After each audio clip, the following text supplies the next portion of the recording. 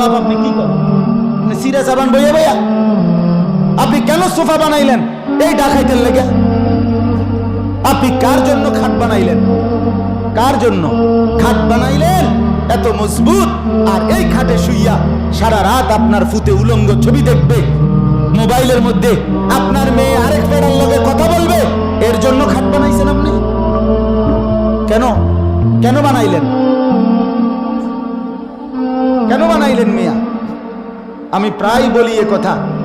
আমি আমার ছাত্র জীবনে একবার শুধু বলছিলাম আমার আব্বার কাছে, আব্বা আমি এই মাদ্রাসায় পড়তাম না, আরেকটা মাদ্রাসাত আমারে ভর্তি করায় দেন।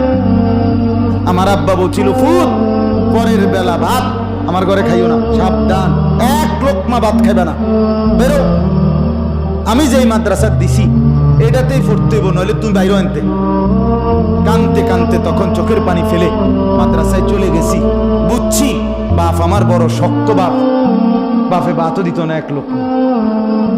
বাবার সেই কঠোর শাসন আজকে আলহামদুলিল্লাহ আপনাদের সামনে দুইটা কথা বলার তৌফিক দিছি।